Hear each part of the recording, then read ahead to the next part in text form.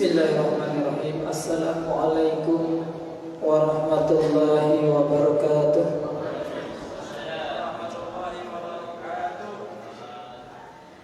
Innal hamdalillah nahmaduhu wa nasta'inuhu wa nastaghfiruh wa na'udzu billahi min shururi anfusina wa min sayyiati a'malina. May yahdihillahu fala mudilla lahu wa may yudlil fala hadiya lahu. Asyhadu an la ilaha illallah wahdahu la syarika lahu wa asyhadu anna Muhammadan abduhu wa rasuluh la nabiyya wa la rasula ba'dahu. Allahumma salli ala Muhammadin sallallahu alaihi wasallam wa ala alihi wa ashabihi wa man tabi'ahum bi ihsanin ila yaumiddin. Ma'asyiral muslimin jamaah salat subuh rahimakumullah. Tidak henti-hentinya kita memanjatkan puji syukur kita kehadirat Rabbul Alamin, Allah Subhanahu wa Ta'ala, yang telah memberikan begitu banyak kenikmatan kepada kita, dengan nikmat sehat walafiat, panjang umur. Nikmat terbesar adalah nikmat iman Islam, sehingga kita saat ini telah memasuki bulan suci Ramadan tanpa terasa di tahapan-tahapan akhir yang seharusnya ini tidak mengendorkan ibadah kita. Justru sebentar lagi kita ditinggalkan Ramadan, harusnya sedih. Justru kita memperbanyak amal. Insyaallah kami dengar dari TKM nanti malam diadakan iktikaf. Mudah-mudahan kita bisa menghadirinya. Ma'asyiral muslimin rahimakumullah. Bulan yang penuh berkah ini, bulan Ramadan, adalah bulan yang di dalamnya diturunkan Al-Quran sebagai petunjuk bagi manusia, dan penjelasan-penjelasan mengenai petunjuk itu, dan pembeda antara yang hak, yang benar, dan yang batil salah. Terlebih lagi junjungan kita Nabi besar Muhammad sallallahu alaihi wasallam telah menjamin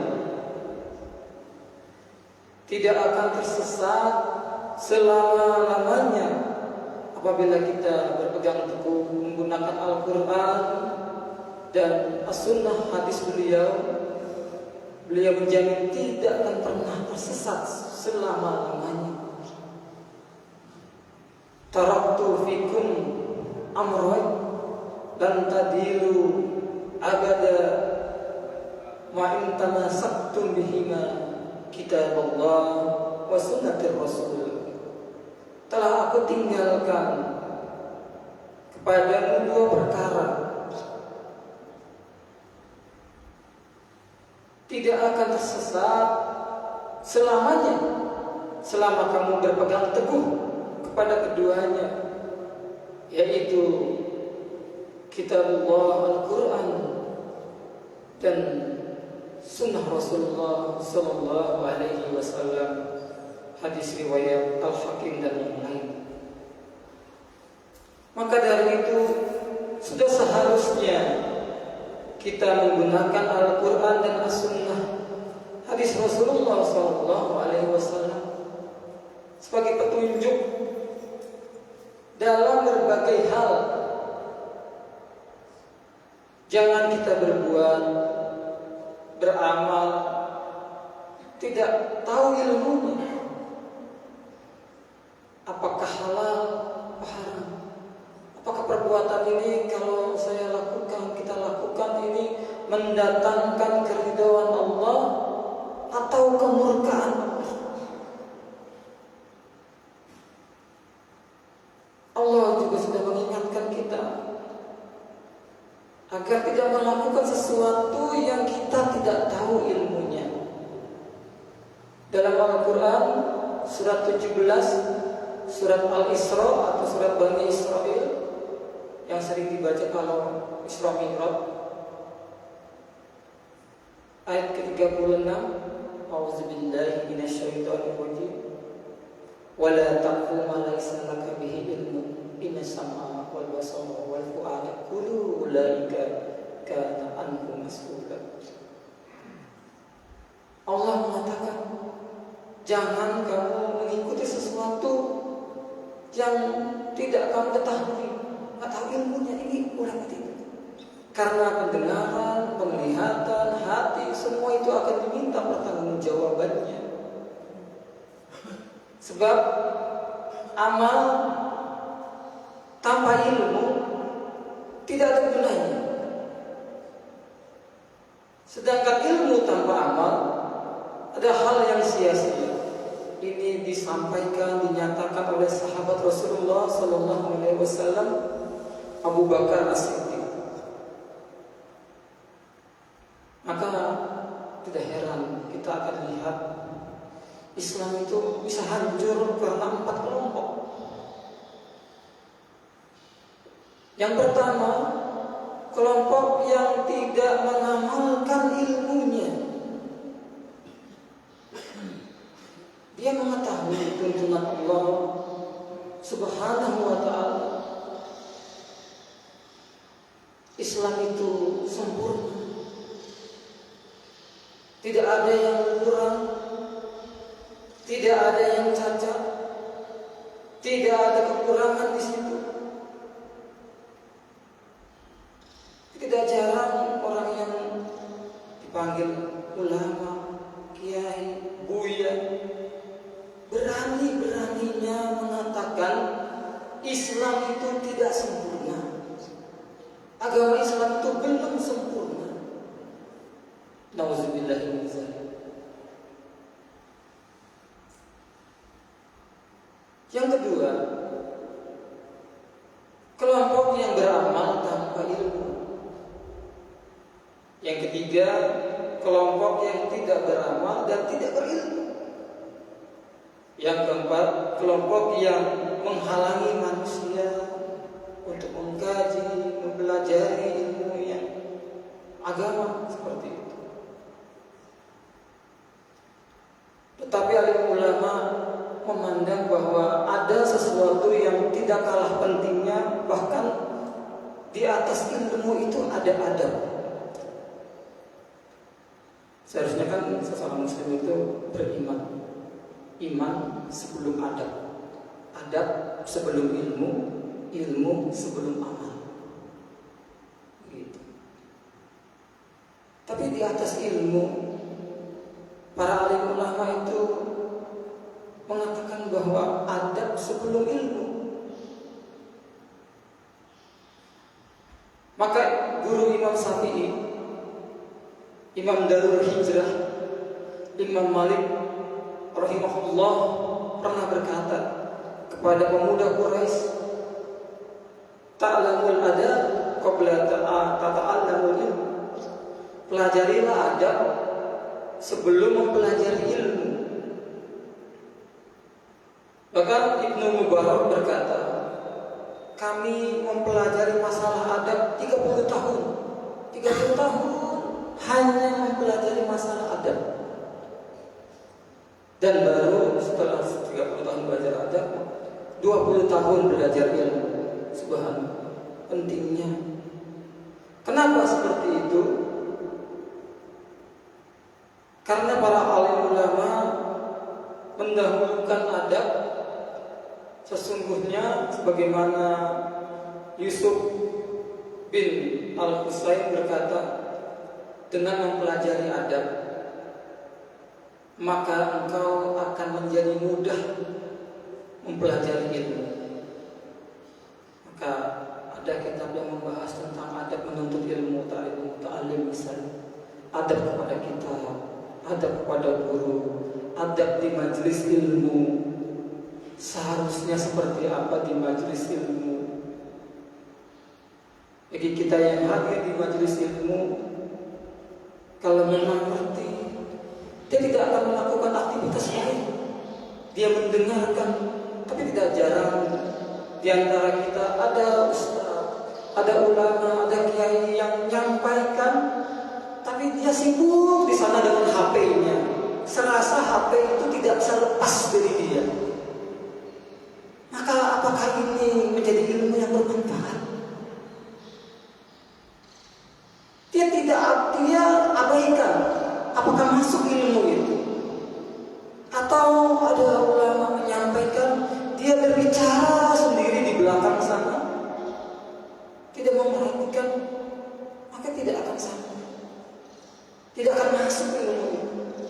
Mau hadir di majelis yang Rasulullah SAW, suatu Baitullah atau tempat yang di dalamnya dibicarakan ilmu Allah, agama Allah, maka akan dinaungi 70.000 malaikat.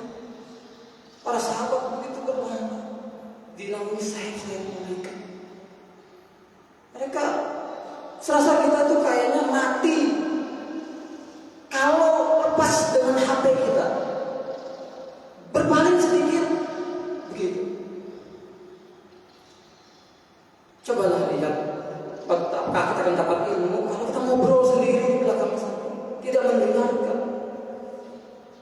Para sahabat Rasulullah Shallallahu Alaihi Wasallam ketika di majelis Nabi Muhammad Shallallahu Alaihi Wasallam, mereka tenang, mereka diam, sampai seakan-akan di atas kepalanya itu bertengger burung. Coba bayangkan, apakah akan bertengger burung kalau satu bahan bergoyang-goyang? Tidak. Saking tenangnya mendengarkan Rasulullah Sallallahu Alaihi Wasallam, seperti pokok dia tenang. Seperti itu. Sebagaimana dikatakan oleh Al-Bara bin Azib radhiyallahu anhu, beliau mengatakan, kami pernah keluar bersama Rasulullah Sallallahu Alaihi Wasallam untuk mengantar jenazah. Ketika sampai di pemakaman, beliau duduk, maka kami pun duduk. Kami diam, seakan-akan di atas kepala kami bertengger burung. Subhanallah. Itulah indahnya bimbingan Rasulullah SAW kepada para sahabat yang seharusnya kita mengikuti. Mudah-mudahan semakin hari kita mengikuti satu majelis, ilmu kita bertambah dan mendapatkan manfaat, hatta sekalipun dari siapapun, selama itu kebenaran, kebaikan. Amin. Bahkan ada makalah atau apa, walaupun keluar dari hal yang dubur binatang, kalau bermanfaat ambil, telur misalnya, kan begitu, ambil manfaatnya dari manapun. Bahkan kalau tidak hilaf, Imam Ghazali atau siapa yang pernah menuntut ilmu, saat itu beliau membawa catatan beliau, kebetulan perahu itu dirompak. Perompak kalau di laut, kalau di darat perampok. Yang lain digeledah. Begitu tas beliau, peti beliau dibuka, si perompak ini melihat, ini apa ini tas? Dibuang tas itu. Begitu. Imam Ghazali marah. Kenapa engkau membuang catatan ilmu saya bertahun-tahun? Si perompak ini mengatakan, ilmu yang bisa hilang itu bukan ilmu. Coba, langsung Imam Ghazali terdiam. Dan mulai saat itu, mulai merubah kebiasaan yang hanya mencatat di kertas, tapi dirubah. Dari catatan dipindahkan ke dalam otak. Jadi sebenarnya orang yang cerdas itu tidak seperti yang sering kita katakan ya, ilmu saya itu sudah saya kuasai di luar kepala. Banyak yang di luar kepala, di rak-rak buku itu sama kayak yang ngomong ini, ilmunya di luar kepala. Yang cerdas itu adalah yang di dalam kepala. Kita kita melihat ulama kita luar biasa. Ustaz Adi Hidayat kalau ditanyakan ayat ini posisinya, meskipun kita tidak sampai ke sana, tapi tidak mengalahkan, tapi kita berusaha mengamalkan. Maka orang yang tahu adab, orang yang tahu menghormati ilmu, mereka akan dapat ilmu itu. Maka ilmu yang bermanfaat adalah ilmu yang membuat kita semakin berilmu. Bahasa orang tua itu beribarat ilmu pagi itu, semakin berilmu dia semakin merunduk, semakin berilmu dia semakin tawaduk, semakin berilmu dia bukan semakin congkak, kata-katanya indah. Kalaupun seperti disampaikan oleh Ustaz kita semalam, kalaupun bertemu dengan orang-orang yang jahil, orang-orang yang rendah, kata-katanya salah, dia cari keselamatan. Dia bukan cari gara-gara, karena percuma kita berantem sama walaupun sudah sama-sama tuanya, tapi beda ilmu. Kata Allah, kul hal yastabil lazina ya'lamun wal lazina la ya'lamun. Sama enggak? Sama orang yang tahu sama yang tidak tahu. Maka ilmu yang bermanfaat itu akan ada buahnya. Akhlaknya indah, rendah hati, dicintai penduduk langit dan dikenang penduduk bumi. Subhanallah. Ilmu yang tidak hanya memberi manfaat bagi orang lain, tetapi bagi dirinya. Ilmu itu akan berbalik kepada dirinya, menjadi investasi dirinya, bekal. Bukankah itu ilmu yang bermanfaat? Walaupun orangnya sudah meninggal, coba bayangkan, Imam Syafi'i sudah meninggal, Imam Bukhari, Imam Malik, tapi kitabnya dibaca. Mudah-mudahan selama bulan suci Ramadan, justru di sini Allah dengan kemurahannya telah membelenggu setan. Coba kita renungkan, di bulan suci Ramadan ini kita mudah sekali melakukan amal soleh. Beda, karena setan dibelenggu. Itu bisa makna hakiki, bisa makna majazi. Mudah bagi Allah secara hakiki membelenggu setan. Tapi kok masih banyak yang jahat? Ya karena setan itu kan sesuatu yang terusir dari rahmat Allah. Sifat ada dalam surat An-Nas itu minal jinnati wan nas. Jinnya sudah terbelenggu, tapi kita manusia sudah terbiasa. Maka dari itu mumpung kita mudah melakukan ibadah di bulan suci Ramadan ini, kita renungkan, kita tadabburi Al-Quran, kita perhatikan, oh ternyata masih banyak ayat-ayat Allah yang belum bisa diterapkan. Kita memperjuangkannya, bukan menjadi penentangnya atau menjadi pecundangnya.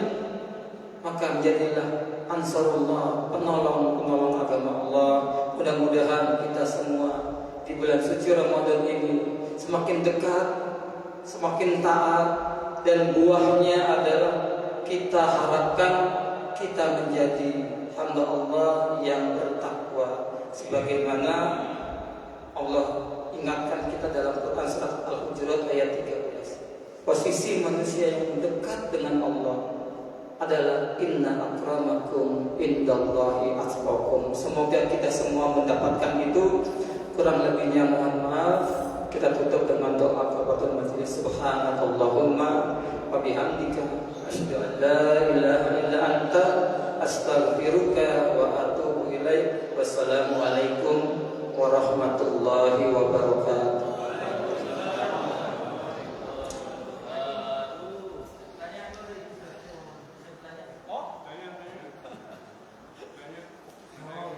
Apa? Ada yang bertanya, boleh silakan.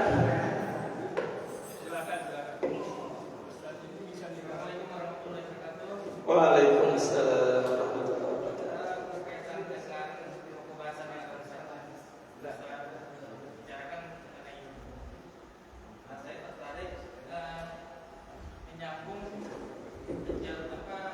katakanlah materi yang lebih kurang minggu lalu. Ustaz kalau nggak salah di prolognya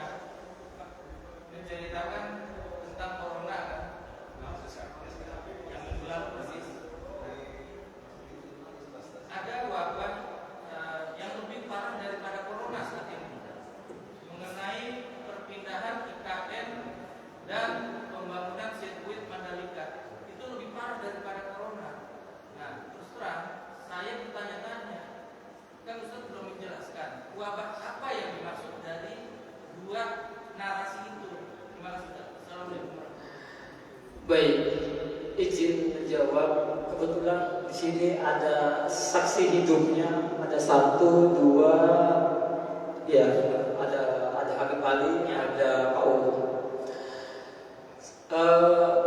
Bahaya yang paling membahayakan itu adalah wilayah akidah. Digulirkannya narasi, digulirkannya dari mulai tahun 2000 kemarin itu dengan Islam moderat, moderasi beragama. Ini yang dikatakan sangat membahayakan umat Islam ketimbang virus corona tadi, karena wilayahnya akidah. Dari mana moderasi beragama ini tidak pernah dikenal dalam Islam?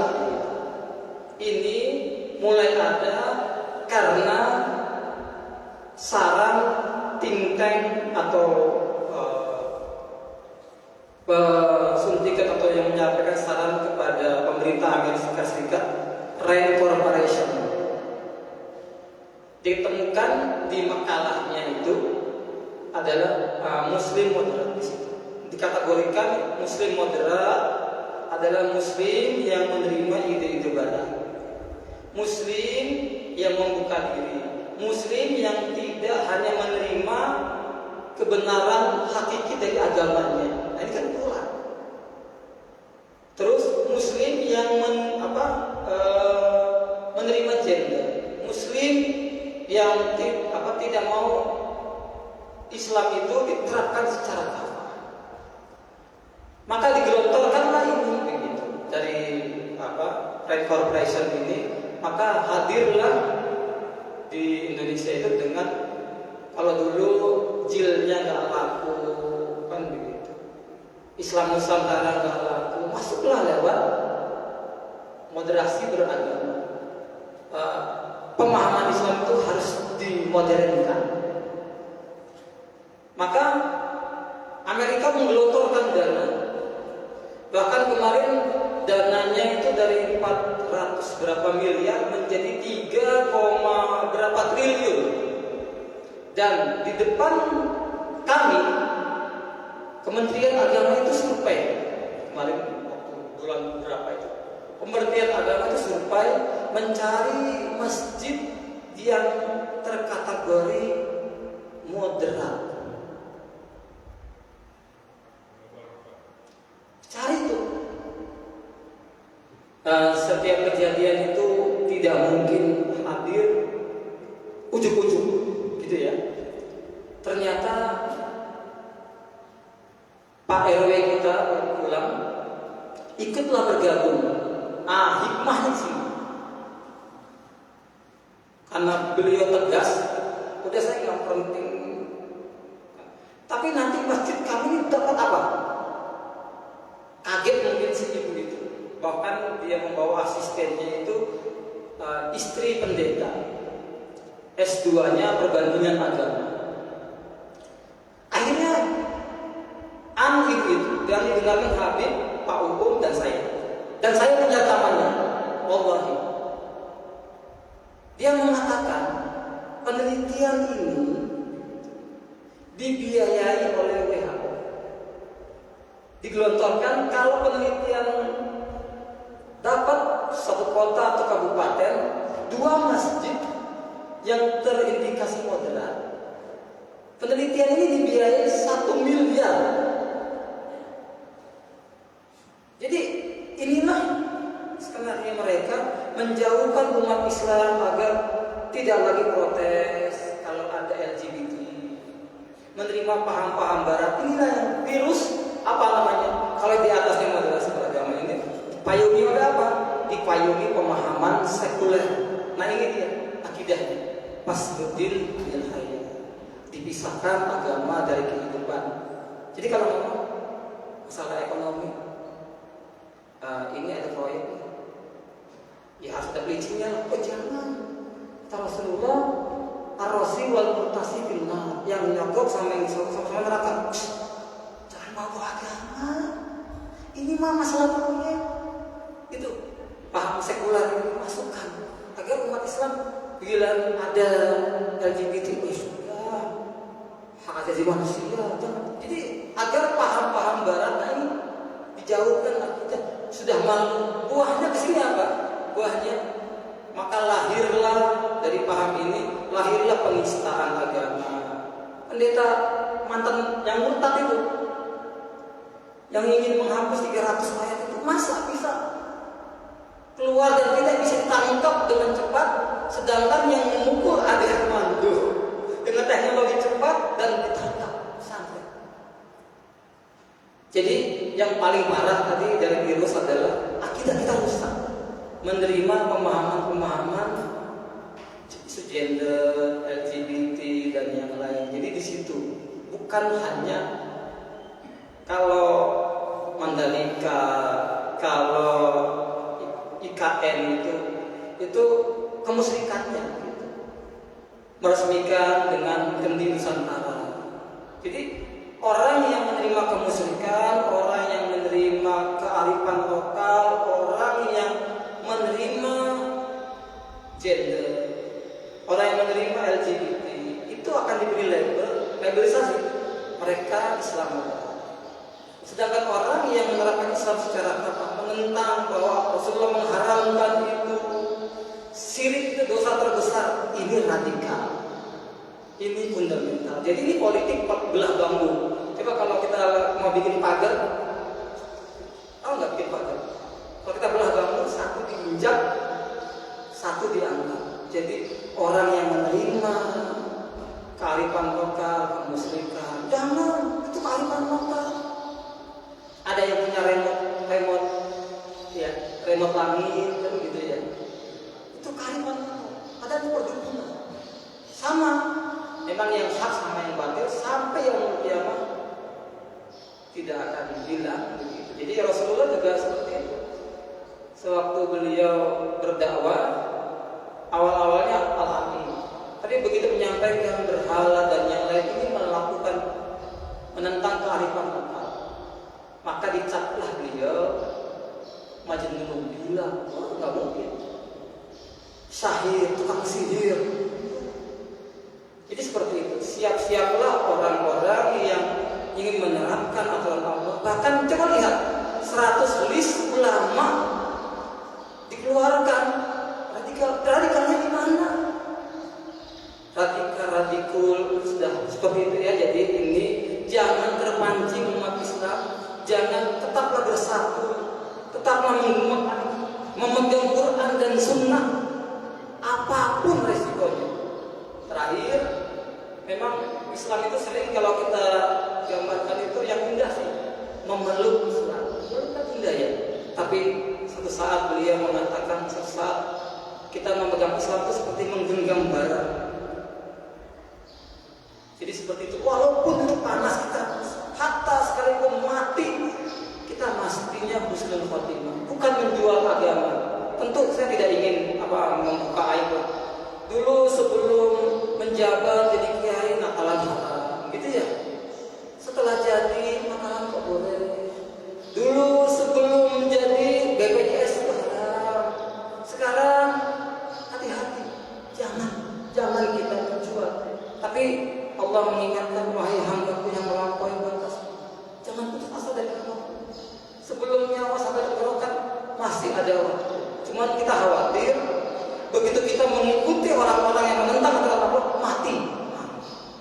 Jangan, apapun resikonya, apapun capnya, kita tetap, karena kita tidak pernah diperintah oleh Allah untuk menjadi muslim yang moderat. Tidak pernah.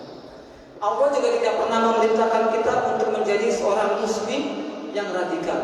Tetapi Allah perintahkan di dalam Quran surat Al-Hujurat ayat 13 yang dekat dengan Allah, inna akramakum innallahi atqakum. Sesungguhnya orang yang dekat di sisi Allah adalah orang yang paling bertakwa. Kita diminta takwa, menjalankan seluruh perintah Allah dan menjauhi seluruh larangan Allah.